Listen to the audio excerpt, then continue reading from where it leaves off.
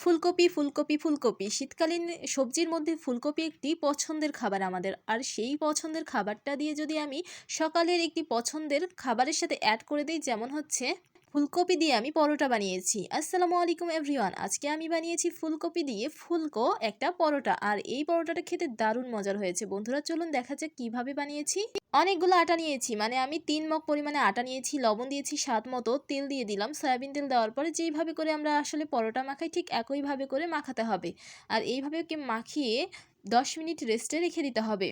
আর দেখতে পাচ্ছেন অল্প অল্প করে পানি দিচ্ছি।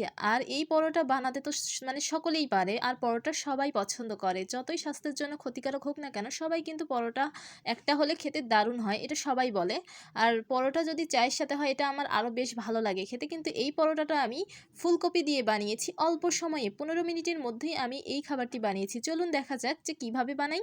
আটা মাখানো হয়ে গেছে, এখন ওটাকে রেখে দিয়েছি সাইডে। এখন এই দিকে দেখতে পাচ্ছেন ফুলকপি কুচি কুচি করে নিয়েছি, আলু 2টা কুচি করে নিয়েছি, পেঁয়াজ কুচি নিয়েছি এবং এখানে দিয়েছি কাঁচামরিচ কুচি। আমি অল্প উপকরণ দিয়েই মজাদার এবং সুস্বাদু খাবারটি বানিয়ে দেখাবো। যত অল্প উপকরণ হয় তত উপকরণ, মানে বেশি উপকরণ দিয়ে তো লাভ নেই। যেটা লাগবে সেই উপকরণগুলোই আমি দিব, যেগুলো ঘরে থাকে। দেখতে পাচ্ছেন পেঁয়াজ দিলাম, আলু দিলাম এখানে। এখন হলুদের গুঁড়া দিব, লবণ স্বাদ মতো দিচ্ছি, অল্প উপকরণ দিব, জিরা বাটা দিব অল্প পরিমাণে করে। আর আপনারা যখন তখন এই রেসিপিটি বানাতে পারেন। আর এটি বানালে আলাদা কোনো সবজি বা তরকারির কোনো দরকার হয় না, যেহেতু আমি এইভাবে করে বানাচ্ছি। পরোটাটা এমনিই খাওয়া যায়, আর তার সাথে যদি 1 কাপ চা হয় তাহলে তো জমে যায়। আর এই যে ফুলকপিগুলো দিয়ে দিচ্ছি, আপনারা ইচ্ছা করলে আলুটাকে আগে থেকে সিদ্ধ করে ম্যাশ করে নিয়ে এর সাথে অ্যাড করে দিতে পারেন, কিন্তু আমার আলু সিদ্ধ করা ছিল না, বিধায় আমি আলুটাকে কুচি কুচি করে নিয়ে এখানে দিয়েছি। 5 মিনিট ঢাকনা দিয়ে রেখে দিয়েছিলাম। 5 মিনিট পরে ঢাকনাটা খুলে এখন এখানে আমি ধনিয়া পাতা দিচ্ছি। আর আমার ধনিয়া পাতাটা খেতে খুবই মজা লাগে। আর শীতকালীন শাকসবজির মধ্যে ধনিয়া পাতা তো খুবই মজার, আর সব সময় পাওয়া যায়, আর সকলের ঘরেই থাকে। আপনারা ধনিয়া পাতা দিবেন অবশ্যই, তাহলে খেতে আরও মজা হয়।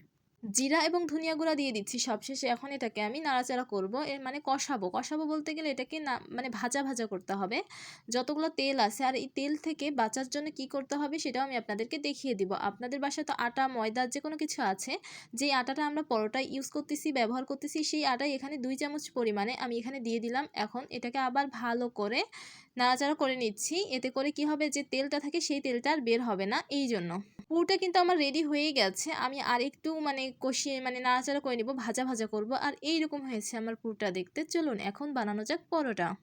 10 মিনিটেই কিন্তু ওই খাবারটা রেডি হয়ে গেছে। এখন এই দিকে আমি পরোটার সাইজটা করে নিতে পারি। আপনারা ইচ্ছা করলে বড়ও করতে পারেন, ছোটও করতে পারেন। দেখুন আমি কিভাবে করে নিচ্ছি। আমি বেশি বড়ও করব না, ছোটও করব না, মিডিয়াম সাইজের করব। আর যে নিচের অংশটা একটু মোটা রাখবেন, সাইডটাকে পাতলা করে নেবেন। একটা কাপের মতো করে নিচ্ছি আমি। এখন এখানে আমি পুরগুলাকে ভিতরে দিব। আর পুরটাকে দেওয়ার পরে আমি কিভাবে মুড়াই আপনারা দেখলেই বুঝতে পারবেন। আর এর মধ্যেই বলে নিচ্ছি, আমার ভিডিওটি যদি ভালো লেগে থাকে তাহলে লাইক করবেন, কমেন্ট করবেন এবং বেশি বেশি করে বন্ধু বান্ধবীদের দেখার সুযোগ করে দেবেন। মানে তো বুঝতেই পেরেছেন কি বলেছি বন্ধুরা।